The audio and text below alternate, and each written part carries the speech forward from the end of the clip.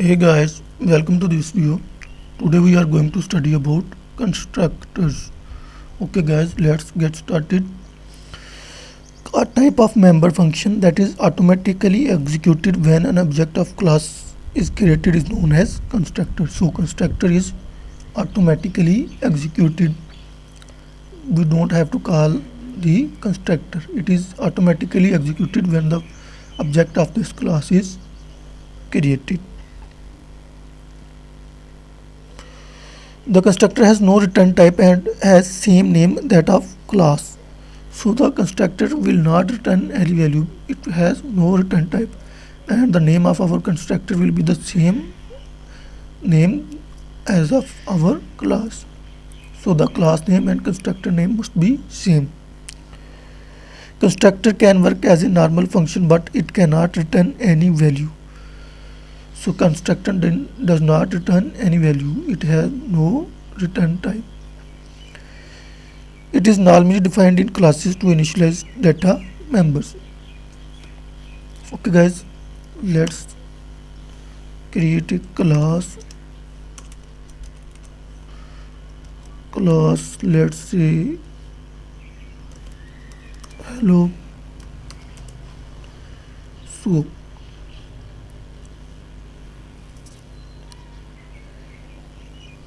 here we will define a public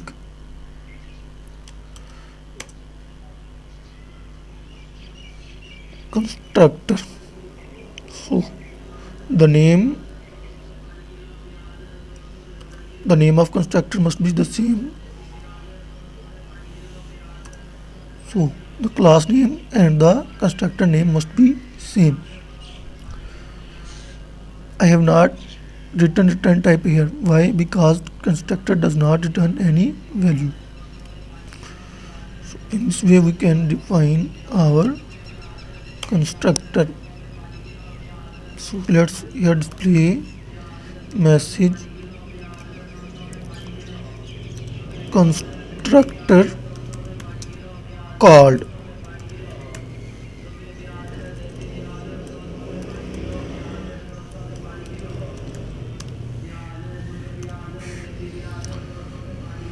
So as we know that constructor is automatically called when the object of a class is created. The constructor is automatically called.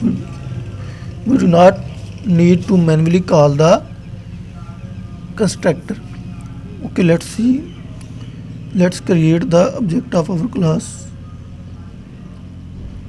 Hello obj. Okay, let's execute this program to check whether. So I have created the object of my class. So our constructor should be called. This message should be printed on the screen because constructor is automatically called when the object of the class is created.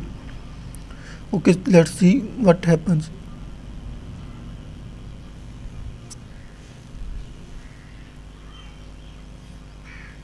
So constructor called. See, I have not called my constructor anywhere in the main function, but it is automatically called. So constructor is automatically called when the object of class is created. So I have created the object of my class, so constructor is automatically called. Constructor executed and constructor has no return type.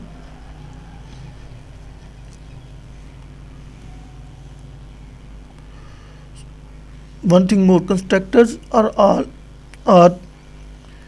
usually declared to initialize our data members. How to initialize our data members using constructor? Okay, let's do that. Let's define some private data members here. Int x y. Let's initialize these members in our constructor. Let's say x is equal to 100, y is equal to let's say 50. So I have initialized my data members in my constructor. So constructors are used to initialize our data member. Okay, let's here in our main function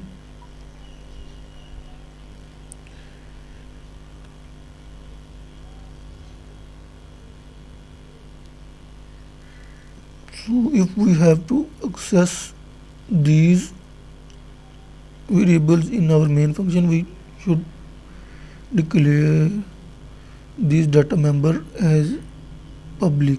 So instead of private here, we have to write public here. Otherwise, we cannot access these data member outside of our class.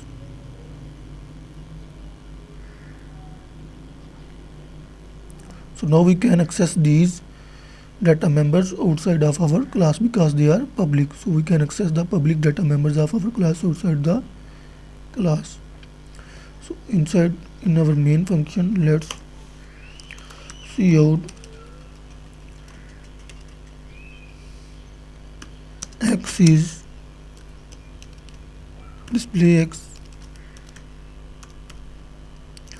Similarly, we have we cannot access here. We have to, if we want to access the data members of our class, we have to use the name of object of that class, obj, that is obj dot operator.